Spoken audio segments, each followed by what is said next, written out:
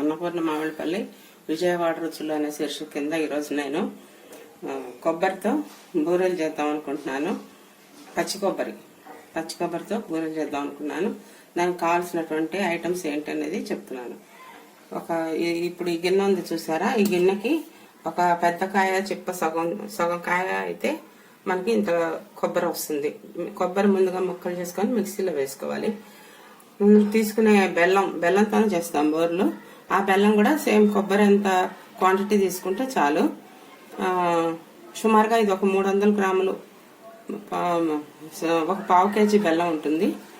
ఒక పెద్ద చిప్ప కొబ్బరి ఇది తురిమింది. తర్వాత బియ్యం పిండి ఒక 1/2 కేజీ బియ్యం నానబోసి నానిన బియ్యాన్ని తడిగా పిండిగా పట్టుకున్నాను, జల్లించి పెట్టుకున్నాను. ఈ పిండి ఈ బూరెలకు చాలా ముఖ్యమైనటువంటి విషయం. దీనివల్లనే బూరెలు తయారవుతాయి. తర్వాత దాంట్లో వేయడానికి స్వీట్ ఉంటే జనరల్ గా మనం యాలక పొడి వేస్తాం. అందుకని దాంట్లో ఒక యాలక్కాయల పొడి, కొంచెం తెల్ల నువ్వుల పప్పు కూడా వేసుకుంటే, నువ్వు పప్పు వేసుకుంటే రుచిగా ఉంటాయి. అందుకని ఒక 2 స్పూన్స్ నువ్వు పప్పు తీసుకున్నాను. ఇప్పుడు ఇవన్నీ కలిపి నేను ముందుగా మనం పాకం పట్టుకోవాలి. ఇదిగో ఈ గ్లాస్, ఒక చిన్న గ్లాసు నీళ్లు వేసి అందులో మనం గనక ఈ బెల్లం గనక వేసుకున్నట్టయితే ముందుగా పాకం వస్తుంది. ఆ తర్వాత ఇది మనం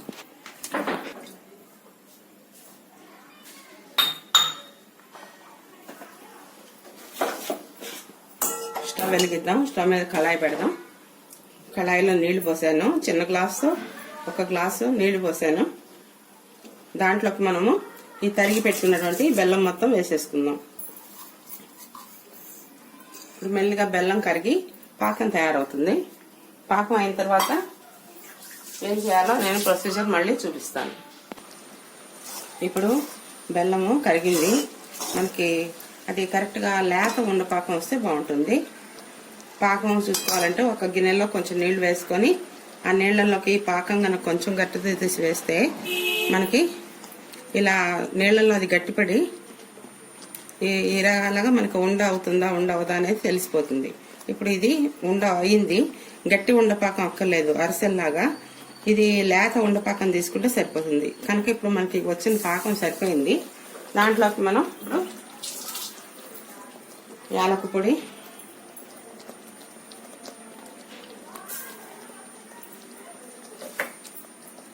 రెండు స్పూన్స్ నువ్వు పప్పు,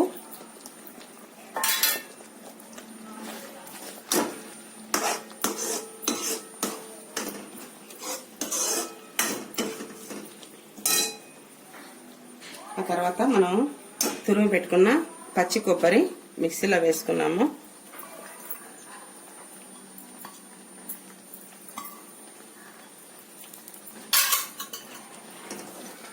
ఈ కొబ్బరి కొంచెం సేపు పాకల్లో ఒక 2 నిమిషాలు ఉడకనివ్వాలి.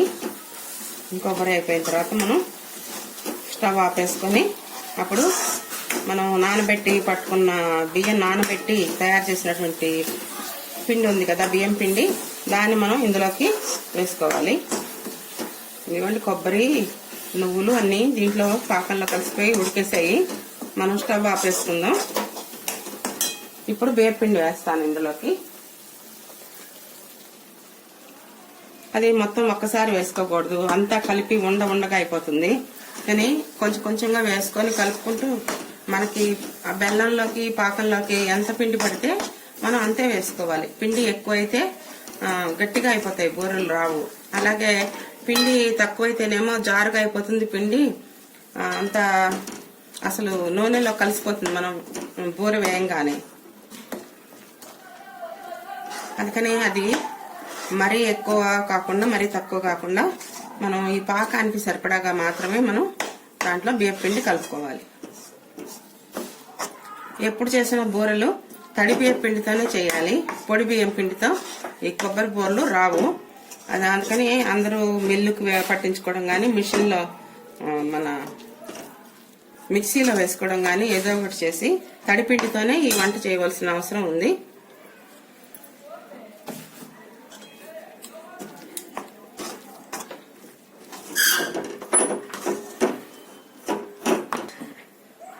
బియ్యపిండి అంతా బెల్లం పాకంలో కలుపుకున్నాము.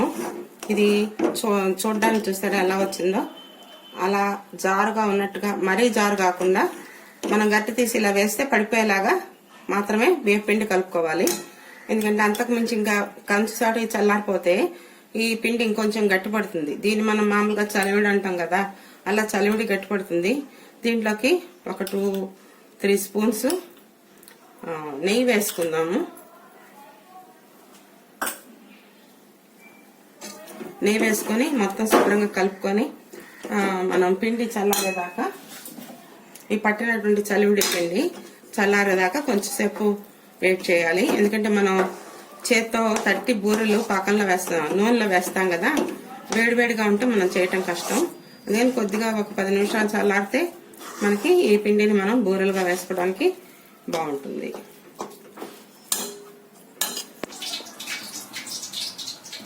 ఇప్పుడు చూస్తారా చలివిడి గట్టిపడిపోయింది, మనకి బూరెలు చేసుకుని ఎలాగా తయారైంది పిండి.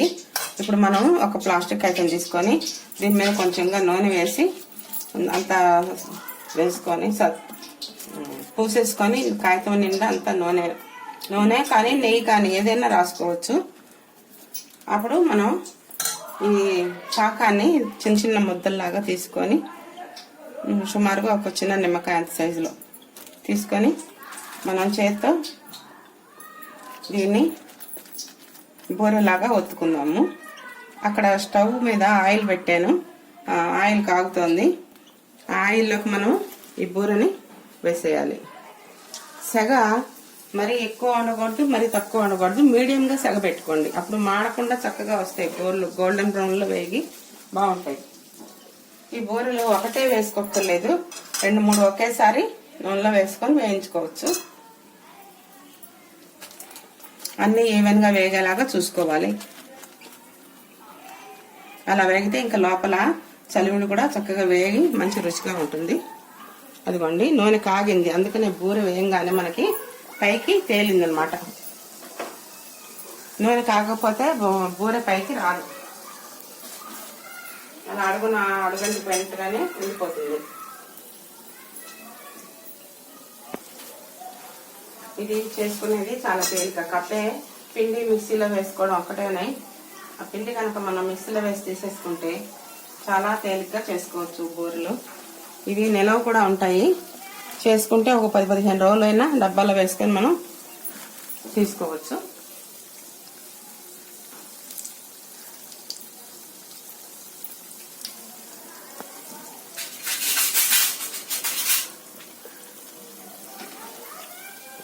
చూసారా, ఒకవైపున కాలిపోయింది, గోల్డెన్ బ్రౌన్గా వచ్చేసింది. మరోవైపు తిప్పుకుందాము.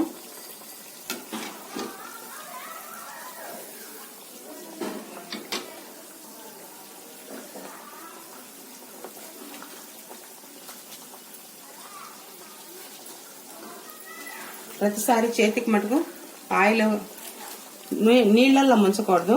ఆయిల్ నూనె కానీ నెయ్యి కానీ ఏదో ఒకటి తీసుకొని అందులో వేసుకోవాలి. తీసుకొని మనం బూరె దాని మీద కాగితం మీద చర్చినట్టుగా చేసి మనం ఇదిగోండి రెండో పక్క కూడా చక్కగా కాలిపోయింది. ముందుగా వేసుకుని ఉన్నట్టు బూరెలు ఇప్పుడు ఈ గోల్డెన్ బ్రౌన్లో ఉన్న బూరెలు తీసి మనం బౌల్లోకి తీసుకుందాం. ఇంకొకటి ఏంటంటే ఇప్పుడు చేస్తున్నాం కదా, ఈ చేసిన బూరెలు వెంటనే మీరు తిన్నారనుకోండి కొంచెం బెల్లం తక్కువగా కొంచెం చప్పగా ఉన్నట్టుగా, స్వీట్ మరి ఎక్కువగా లేదేంటి అని అనిపిస్తుంది. కానీ ఇది రేపటికి బాగా స్వీట్గా తయారవుతుంది. ఎందుకంటే మనం పచ్చి కొబ్బరి వేసాం కదా, ఆ పచ్చి కొబ్బరి తీపి, నువ్వుల తీపి అన్నీ కలిపి దానికి పడతాయి. రేపటికి నానుతుంది, ఊరుతుంది బాగాను. అప్పుడు మంచి స్వీట్నెస్ వస్తుంది అనమాట. బాగుంది, స్వీట్గా ఉందని మనం అప్పుడు స్వీట్ సరిపోయిందని మనం అప్పుడు సాటిస్ఫై అవుతాం. ఒక పూట మటుకు కొంచెం స్వీట్ తక్కువగా ఉన్నట్టుగా మనకు అనిపిస్తుంటుంది.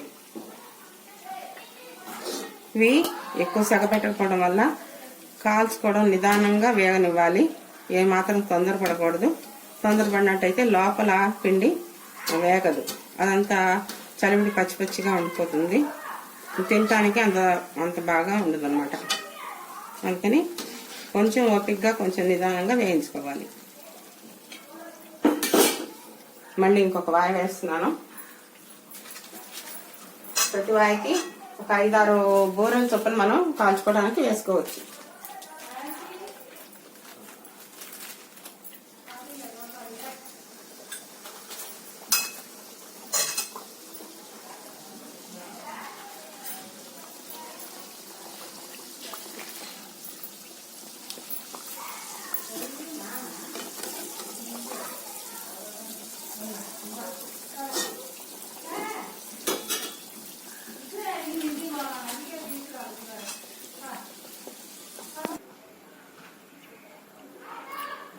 ఇదిగోండి బూరెలు తయారు చేయటం అయిపోయింది.